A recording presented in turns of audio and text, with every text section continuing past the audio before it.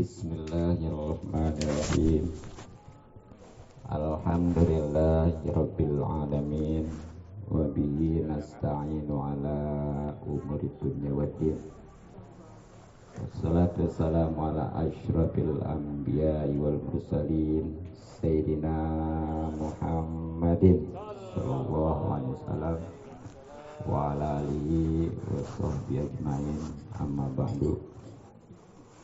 Silakan yang udah ada sambil makanin, jangan dicicipin lagi makanin. Ya, kalau dicicipin baru nyam sambil menyantap santapan jasmani supaya seimbang ini santapan rohaninya ya. Qala Allah Ta'ala fil Qur'anil Karim, a'udzubillahi minasyaitonir rajim. Bismillahirrahmanirrahim. Wa ma yu'ammaru min mu'ammarin wa la yunqasu min umrihi illa bi kitab innal dzalika 'ala Allahi yasir. Wa qala an-nabiyyu sallallahu alaihi wasallam khairun nas man tala umruhu wa sunna amaluhu. Sadaqallah wa sadaqa rasuluhun nabil habibul karim wa nahnu ala dzalika minasyahidin wa syakirin. Alhamdulillahirabbil alamin. Yang terhormat Sayyidul Hajat, yakni Bapak Kiding serta keluarga besarnya, yang mudah-mudahan selalu diberikan keselamatan dan keberkahan serta hasil maksud. Wabil khusus momen milad atau ulang tahun putranya, siapa namanya nih? Mahib Al-Fatih ya. Mudah-mudahan dipanjangkan umurnya dalam keadaan barokah sebagaimana tadi didoakan ya, luar biasa. Kepada para kiai, para ustadz, para tokoh dan sepuh masyarakat yang tidak bisa saya sebutkan satu persatu namanya, mudah-mudahan tidak mengurangi rasa hormat dan cinta saya. Mudah-mudahan kita doakan semuanya dipanjangkan umur dalam keadaan sehat lahir batin sehingga bisa istiqomah membimbing kita di jalan Allah Subhanahu wa taala. Pada para bapak hadirin sekalian yang mudah-mudahan kita semua selalu dimuliakan dan diberikan taufik serta hidayah atau petunjuk oleh Allah Subhanahu wa taala. Mudah-mudahan kumpul kita dirahmati dan diberkati serta diridhai oleh Allah Subhanahu wa taala, juga mendapatkan pahala besar dan keuntungan yang banyak dunia, lebih-lebih akhirat. Amin ya rabbal alamin. Alhamdulillah kita sudah bersilaturahmi, mudah-mudahan rezeki kita dimudahkan dan dipanjangkan serta dibarokahkan. Dan tadi kita sudah sama-sama baca maulid, di mana dalam riwayat Rasulullah SAW minta izin kepada Allah Subhanahu wa taala untuk menghadiri suatu tempat yang dibacakan maulid. Kemudian Allah izinkan bahkan dikawal dengan para aulia, para wali. Dan kalau sudah Nabi hadir, apalagi para wali, ini sangat diharapkan curahan rahmat, sehingga mudah-mudahan apa yang kita inginkan dan kita cita-citakan semuanya dikabul dan dijabah serta dipenuhi oleh Allah Subhanahu wa taala. Hadirin rahimakumullah, momen milad atau ulang tahun, paling tidak Bapak Kiding mendapatkan beberapa keuntungan, khususnya kalau sedekah udah gak diceritain dah, ini mah biasa ya. Dalam hal kematian juga udah ada itu mah tahlil segala apa. Nah, terutama ini saudara Kiding luar biasa, sudah memberikan contoh yang baik, yang mudah-mudahan kedepannya bisa dicontoh dengan yang lainnya, sehingga Bapak Kiding akan mendapatkan pahala dari sekian banyak orang yang mengikutinya. Nah, ini sebagaimana Rasulullah SAW sabdakan dalam sebuah hadis yang diriwayatkan oleh Imam Muslim, ada di kitab Riyadhus Shalihin ya. Man sanna fil islami sunnatan hasanatan falahu ajruha wa ajru man amila biha ba'dahu min ghairi ayang kusa min ujurihim syai'un. Siapa orang yang merintis ataupun memberikan contoh dalam Islam tapi contohnya yang baik, sunnatan hasanatan. Seperti gini nih ya. Kan biasanya kalau milad mau ulang tahun bagaimana? Tata diceritain lah. Ini yang bagus aja dulu. Ya dengan ngumpulin orang, baca maulid, kemudian didoakan, luar biasa nih. Walaupun memang nggak ada hukum di dalam milad ini, nggak ada di Islam itu ya. Tapi kebaikannya luar biasa nih. Jadi Bapak Kiding udah jelas karena ini baik, jadilah pahala.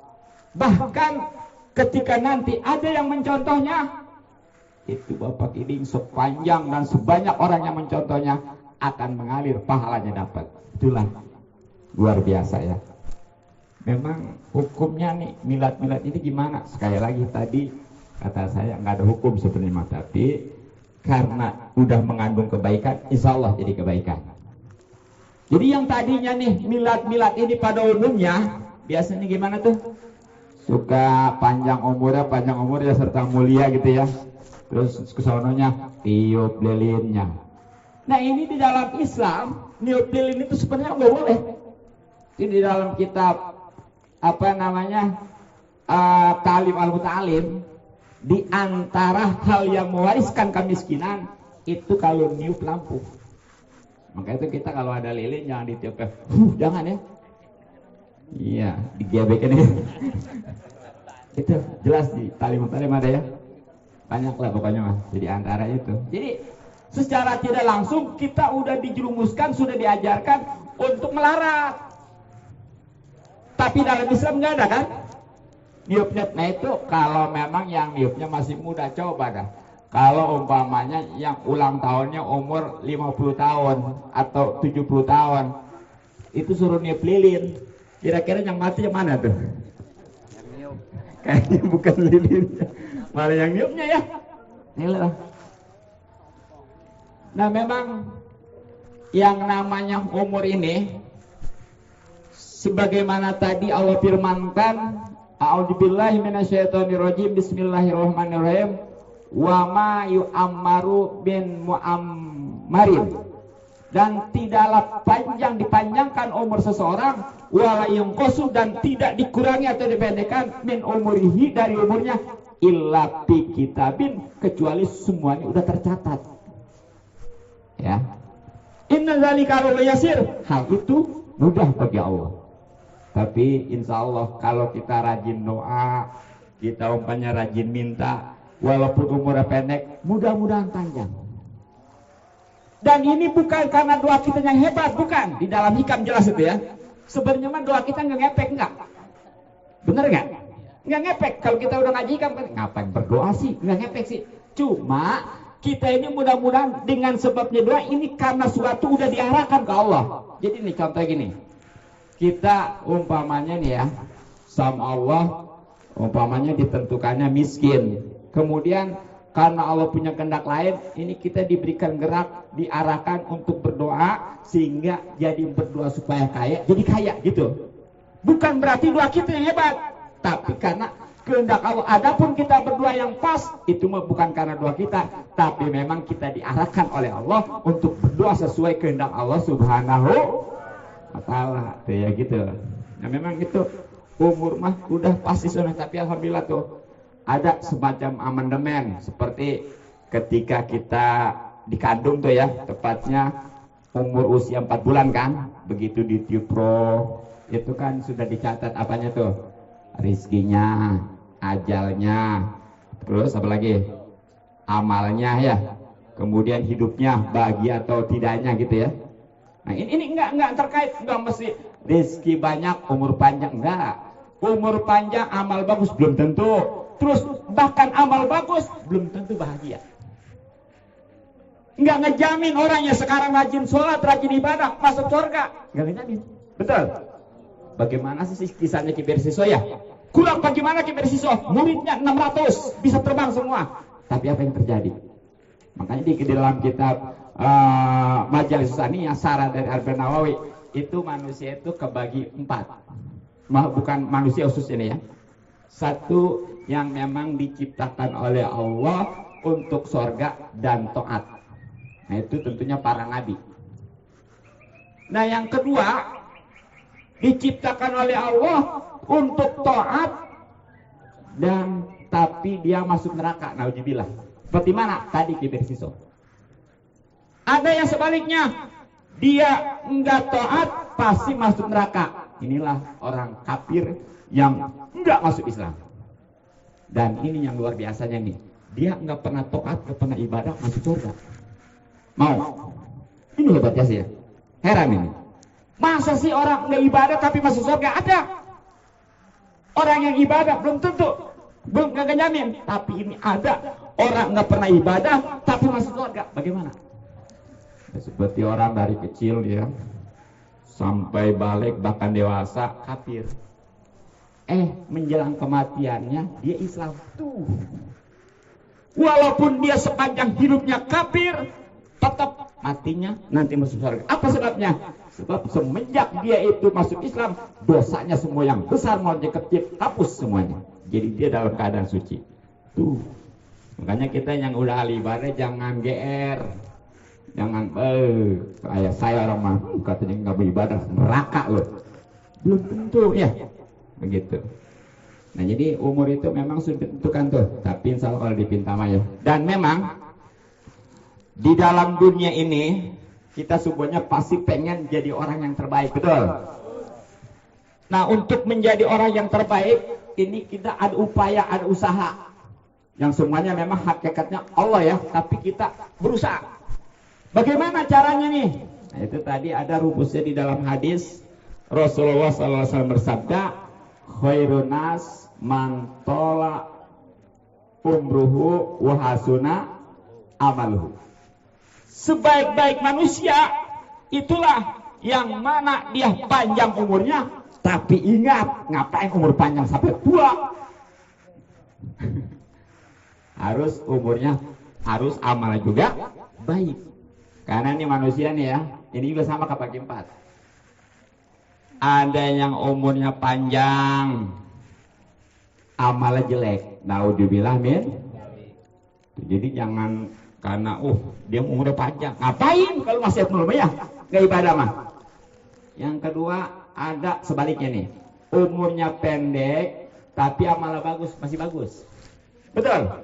Nggak banyak tuntutan, amalnya dilipat gandakan. Ada yang ketiga ini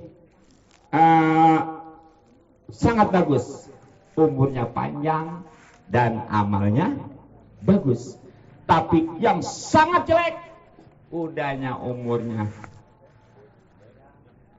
salah, dia jelek tuh, yang paling jelek batas itu umurnya panjang, amalnya jelek. Ini mah jelek doang ya. Jadi kalau disimpulkan gini nih, dari yang paling dari yang bagus ya. Ya ini dari yang paling jelek nih. Paling jelek umur panjang, amal jelek. Terus ada yang di bawahnya lagi. Ini jelek nih. Umur pendek, amal jelek, pinter udah nih ya. Terus rada bagus. Umur pendek, amal bagus. Paling bagus umur panjang, amal pinter udah ya. Karena udah pinter, udah paham. Dan kemarin udah ada pesan katanya jangan lama-lama, udah segini aja cukup ya. Yang penting paham, mudah-mudahan ya. Sekali lagi kita doakan untuk Ananda Mahid Al-Fatih ya. Mudah-mudahan dipanjangkan umurnya pastinya tadi supaya masuk kategori yang paling bagus itu ya.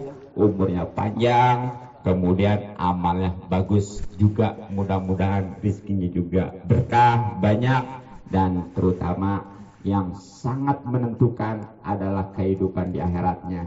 Ini dia betul-betul bahagia, karena walaupun dia itu rezekinya banyak, kemudian umurnya panjang, juga umpamanya amalnya bagus, belum menjamin. Makanya kita kalau nggak doa, ya memang bagus sih kita nggak doa, ya Allah berikan saya petunjuk untuk bisa beramal baik, betul ya.